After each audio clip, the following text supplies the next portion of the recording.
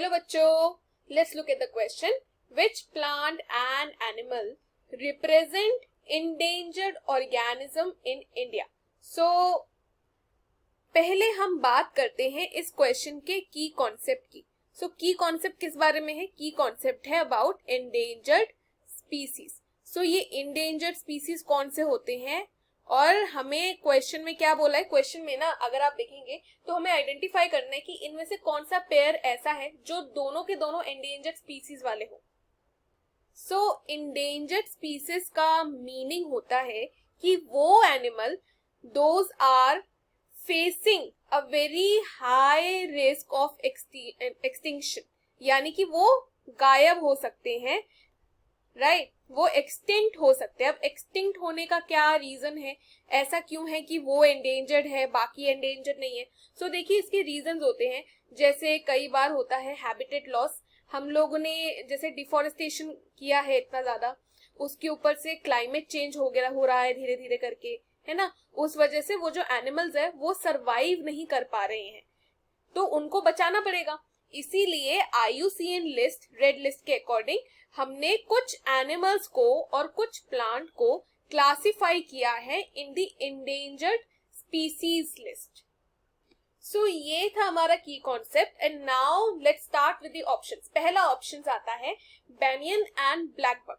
सो हमें एनालाइज करना है कि क्या बनियन और ब्लैक बक जो है वो दोनों एंडेंजर्ड है. सो ऑप्शन ए, जो बेनियन ट्री है, सबसे पहली बात बरगद का पेड़ हमें हर जगह दिखता है इंडिया में, it is not endangered. So ये तो नहीं होगा. ब्लैक बक की भी बात कर लेते हैं. सो देखिए आज से कुछ टाइम पहले तक जो ब्लैक बक होते थे वो ना नियर एक्सटिंक्शन पे थे, बट सक्सेसफुल एफर्ट्स किए गए, सक्सेसफुल कंजर्वेशन एफर्ट्स किए गए, जिस वजह से आज ब्लैक बक एक्सटिंक्शन के करीब नहीं है. और उससे ज्यादा अच्छी बात ये है कि इनको मतलब ये अब एम्पल अमाउंट में है. ओके, सो ये इस लिस्ट में मौजूद नहीं है. अब चलते हैं नेक्स्ट, टैमरिंड और rhesus monkey. So option B में जो टैमरिंड है यानी कि इमली, सो इमली भी हमें हर जगह दिखती है. सो अगेन नॉट एंडेंजर्ड, राइट. और जो इनका जो नेक्स्ट ऑप्शन था, नेक्स्ट ऑप्शन में हमने देखा रेसिस मंकी. रेसिस मंकी हमें हर जगह देखने को मिलते, they are widespread. So again not endangered. So ये ऑप्शन भी हो गया इनकरेक्ट. हमें कौन सा ढूंढना है जो दोनों के दोनों एंडेंजर्ड के अंदर आए. सो नेक्स्ट ऑप्शन चलते हैं किनकोना एंड लेपर्ड.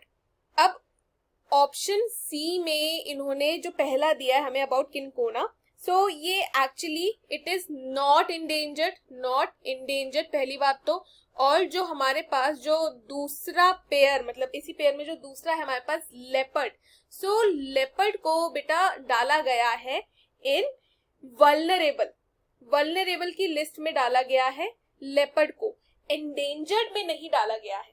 इस वजह से ये आंसर भी हो जाएगा इनकरेक्ट.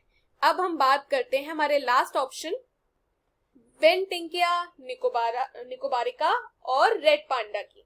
सो ऑप्शन डी की अगर हम बात करें, ऑप्शन डी में जो पहला हमें दे रखा है वेंटिंकिया निकोबारिका, ये ना एक रेयर पाम स्पीसीज है, रेयर पाम स्पीसीज है जो कि निकोबार आइलैंड की नेटिव है. ओके, और इसको क्लासिफाई किया गया है एंडेंजर्ड में, इसको क्लासिफाई किया गया है एंडेंजर्ड में because of its limited distribution और हैबिटेट थ्रेट्स की वजह से. सो ये तो एंडेंजर्ड हुआ. अब नेक्स्ट इसके साथ है हमारे पास रेड पांडा. सो जो रेड पांडा है वो भी एंडेंजर्ड में डाला गया है क्योंकि इनको भी हैबिटेट लॉस और टेम्परेचर क्लाइमेट चेंज की वजह से इनको भी ये बहुत सारी दिक्कतें फेस करनी पड़ रही है. सो ये भी अबाउट टू गेट एक्सटेंट वाली पोजीशन पे है. सो ऐसा पेयर जिसमें दोनों के दोनों एंडेंजर्ड ऑर्गेनिजम्स है वो है हमारा option D. Option D is the correct answer students. I hope you have understood the question well. Best of luck.